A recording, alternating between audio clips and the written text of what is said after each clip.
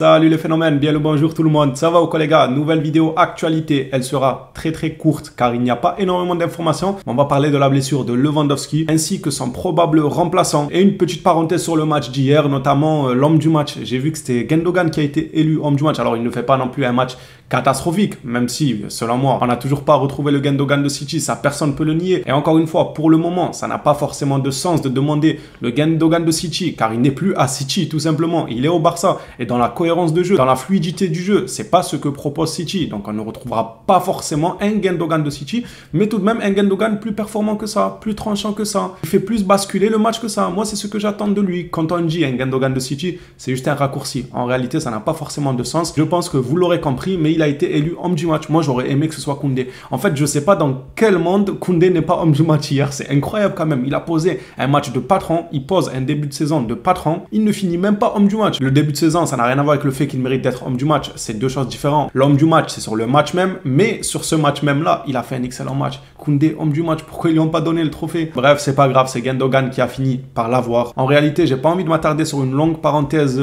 concernant le match d'hier parce que ça va être la même chose en fait. Vous voulez qu'on ouvre le dossier de qui? Le dossier d'Oriol Romeu, il m'a fatigué. Je vous jure, il m'a fatigué. Déjà, le dernier débrief, je vous disais, à chaque débrief, en fait, on va en parler, mais on ne voit qu'il apporte pas cette plus-value-là qu'un joueur du Barça doit apporter. De ce fait, j'estime que ça ne sert absolument à rien de rouvrir une parenthèse pour reparler toujours des mêmes joueurs. J'espère juste que Xavi est en train de noter là et qu'il prend vraiment des notes de ce qu'il voit sur le terrain, même si pour l'instant, ça n'a pas l'air. En parlant de milieu de terrain, encore une fois, rebelote, on va commencer cette vidéo actualité par Fermin Lopez. Selon Juan Marchi, de nombreux signes indiquent que Fermin sera titulaire contre Grenade. C'était exactement le même son de cloche il y a quelques jours avant d'affronter Porto. Ouais, on va commencer avec Gundogan, Gavi, Fermin. On était là, on était tous contents. Au final, on voit le sergent, le commandant Oriol Romeu sur le terrain. Cette fois-ci, je vais pas me faire avoir. Je préfère attendre, voir la composition officielle. Et quand Fermin sera titulaire, bah, on sera content pour lui car c'est mérité. Il montre de très belles choses. Je comprends pas comment à l'heure actuelle Fermin est sur le banc et Oriol est sur le terrain. Ce n'est pas le même poste. C'est fatigant de tout préciser parce qu'il y en a, ils aiment bien prendre un ou deux mots et le décontextualiser pour le mettre à leur sauce. Ils vont venir, ils vont te dire ouais, mais c'est pas le même poste. Oui, on le sait, on le sait. Fermin ne joue pas le même poste que lui, mais Fermin doit être sur le terrain devant lui. C'est-à-dire que tu commences avec un Gundogan s'il faut, comme il a fait il y a quelques matchs en arrière, et avec Fermin et Gavi devant lui. Pour moi, c'est un milieu de terrain qui peut se gérer. En attendant le retour de Francky, le retour de Pedri et tout, moi j'estime que ce milieu de terrain peut nous montrer de belles choses. Mais bon, l'équilibre du sergent Oriol avant tout.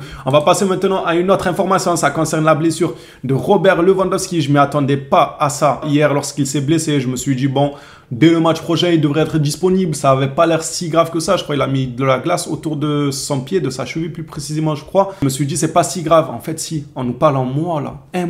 Un mois, ce qui fait que Lewandowski pourrait probablement rater le Classico. Il n'y a rien d'officiel. Selon certaines sources, Lewandowski ratera le Classico. Selon d'autres sources, ça dépend. Ça dépend de l'évolution du joueur. S'il arrive à s'en remettre plus rapidement que prévu, il pourrait être là pour le Classico. Mais ça fait déjà peur qu'on parle d'une probable absence de Lewandowski au Classico parce qu'on a déjà un collectif décimé par les blessures. Juan Marchi nous dit Lewandowski sera absent au Classico. La durée de son absence est d'un mois. Je vous partage cette information. Les autres, je ne les ai pas pris. Je préfère vous le dire à l'oral. Il y a bel et bien d'autres informations qui disent que ça dépendra de la progression du joueur. Concernant son retour, il se peut que ce soit avant le Classico. Ça prendra avec des pincettes. Pour le moment, il y en a pas mal qui parlent d'un mois d'absence. C'est un coup dur pour le Barça. Mais on connaît son probable remplaçant. Ça va être un jeune joueur. Selon Sport, avec l'absence de Robert Lewandowski et Rafinha, il n'est pas improbable que Pau Victor rejoigne l'équipe première dans les prochaines semaines. C'est un joueur polyvalent qui peut évoluer partout sur le front de l'attaque. J'ai envie de dire à ce jeune, c'est ton moment. C'est le moment ou jamais pour prouver. Là, vous imaginez, il sort de nulle part. Personnellement, je ne le suis pas forcément. Je ne sais pas vraiment ce qu'il vaut. S'il y en a qui savent, faites-nous un petit paragraphe. On le dira avec plaisir sur ce qu'il vaut réellement ce joueur. Est-ce qu'il a du talent ou pas? Bref, ce genre d'opportunité-là, il doit saisir ça bien comme il faut. Il doit montrer ce qu'il vaut. Et peut-être qu'il sort de nulle part et il deviendra important dans l'effectif s'il montre qu'il a de la qualité. Il faut saisir l'opportunité. Si c'est le cas et que ce joueur finit vraiment par monter, moi je pense que ça va être le cas à 90% en fait. Peut-être pas lui, mais c'est sûr que le Barça